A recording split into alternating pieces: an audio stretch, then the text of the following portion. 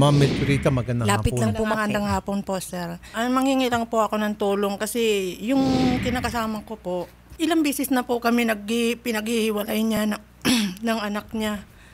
Tapos ngayon, andyan na naman siya ngayon. Gusto niyang makipag-usap sa akin.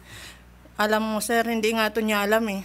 Hindi ibang usapan namin para pagpunta namin dito.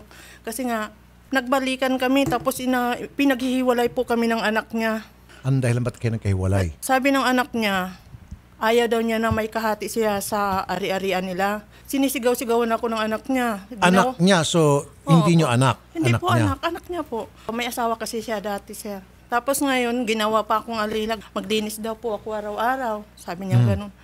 At ito na po yun, sir. Matanda na po to, Andito, sir. magkasama sila ngayon noon sa inirereklamo niya. Okay, akala, okay, lapit to sa mikropono. 85 years old. Opo. Akin nag-text siya sa akin, makipag-usap siya na masinsinan sa akin. Oh.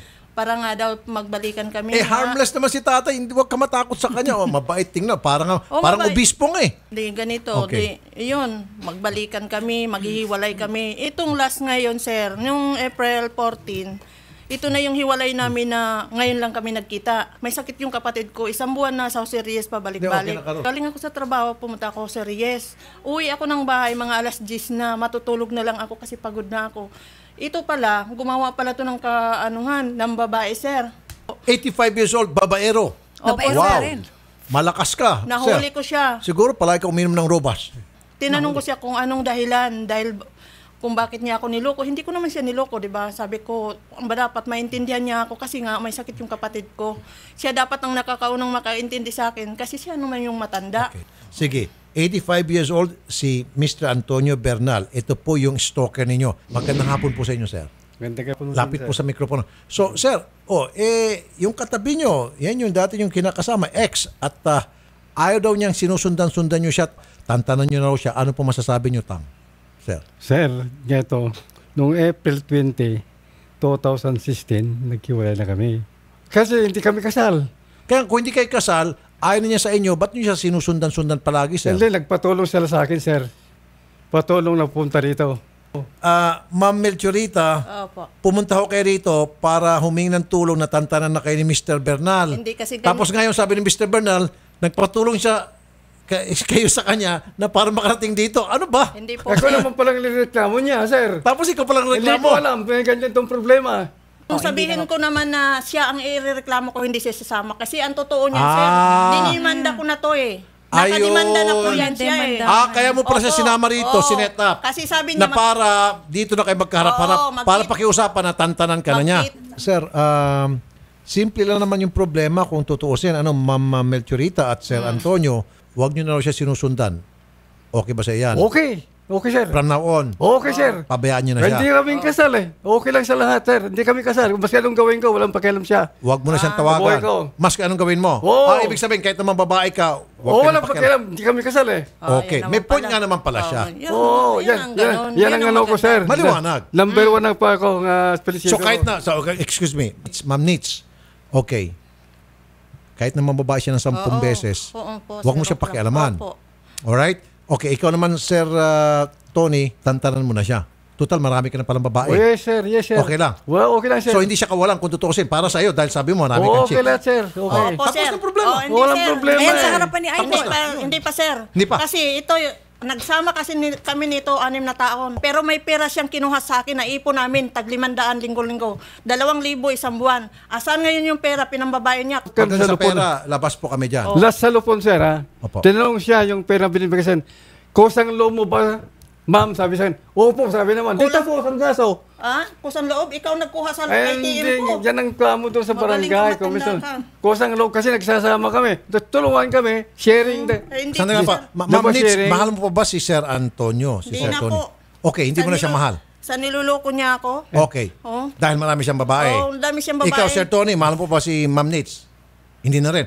Di maganda, simple. Oh, Tapos yun ng naman problema. pala So wala nang pakialaman from now on. Mas maganda yun. Hindi ka na susundan-sundan ni Sir Tony. Ikaw, Ma'am Nitz, kalimutan mo na siya. Matagal ko na siyang kinalimutan, sir. Ang pera ko lang hinahabol ko nito. Ano kanina ang pinunta mo rito para Kasama na yan lahat, sir. humingi sa amin ng tulong na huwag ka na niyang sundan-sundan? Hindi lang yung Kung ma'am, kung pera, Wala kami At saka mabibigyan na yung tulong. hindi lang po yung pera ang ginawa nito, sir, pati pagbabanta ng anak niya sa akin. Ma'am, yung mga banta ng mga anak niya sa iyo, labas ho doon si Sir Tony. Kahit na 10 beses ka binantaan ng kanya mga anak, hindi ho At niya saka siya pwedeng habulin. nagbabanta din to sa akin, sir. Oh, tuwing magsisiping kami, pinaghahatak-hatak nito yung ano. Kaya Oh, ba't ako nabalik na sa oh. sipingan? Eh, kanina akala ko gusto mo natural. hiwalayan. Ngayon, sipingan naman. Opo. Kasama yun sa demanda ko doon, Sir. sir, at saka yung pera. Sir, sa sagutin, walang kalalaman sinasabi niya. Wala kang kilalaman. Ay, sinong humugot-hugot ng mga gamit ko pag hindi ka pinagbigyan, di ba, sir? Yan sir ang... Oh, magaling ka. Kasi ikaw, Sir Tony, chick boy ka kasi.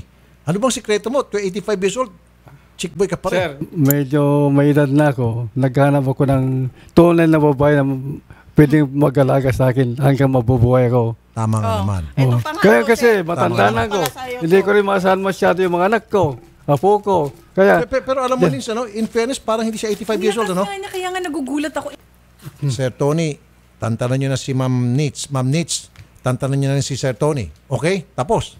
Shake hands na lang kayo. Shake hands daw, pwede. okay. Ayan. Okay. Ayun. Hug. Pwede ba hug? Ay, hindi na, sir. Kasama kami niyan, magkasama kami ngayon. Hinihingal nga yan siya eh. Sir, sumasama ko sa kanya. Naghihirap po naglalakad, nahilo pa ako. Sa Oh, alok dahil- na sa akin.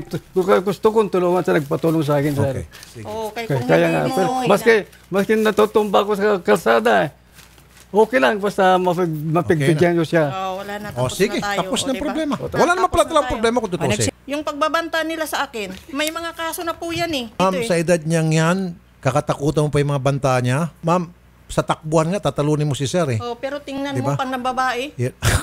Hirap na nga tumakbo tapos... Nakakadiri nga eh. Nakaka- Nakakadiring tingnan eh. Eh kung nakakadiri, ba't mo siya pinatulan? Ay, dahil sa awa-awa niya sa akin, nagmamak-awa yan. Tingnan mo ngayon. Araw-araw sa bahay na magtitext na naman yan. Hindi naman, pag hindi na ako tantanan yan, ayun ako anong gagawin ko nito, sir. Sir Tony, ilan bang chicks mo? Wala, sir. Sir Tony, dapat isa lang. Lalo na nagkakaedad ka, papatulang ka Opo, dahil sa sir. pera mo. Oh. Wala yung dahil Kaya na, gusto ubos yung mahalin ka, pera natin eh. alagaan ka. I know that. Isa doon sa magmamahal sa iyo, Opo. na sa tingin mo tunay talang pagmamahal, doon ka na magbuhos ng oras. Okay. At ang pinaka-the best dito, hanapin mo yung mga anak mo. Doon ka na sa mga anak mo dahil yung mga anak mo hindi ka pababayaan. Si Sir Tony, harmless po siya. Oh, Hindi ako maniniwala na kayo po'y takot sa kanya mga pagbabanta. Kasi kung takot po kayo sa kanya, hindi nyo na sa sinama rito. Nagets nyo mo, ma'am? Oh. O 1 plus 1 lang po yun. Okay? Ang inaano ko lang sa Sir, kanya. sir, very best ang kuha mo, sir. Sagot mo na yan. Okay sa akin. Good, sir. You are very good, sir. Thank you, sir. At sana lang tantanan mo na ako, no? Okay, sir. Ma'am, sa tingin ko ikaw yung ayaw mong tantanan.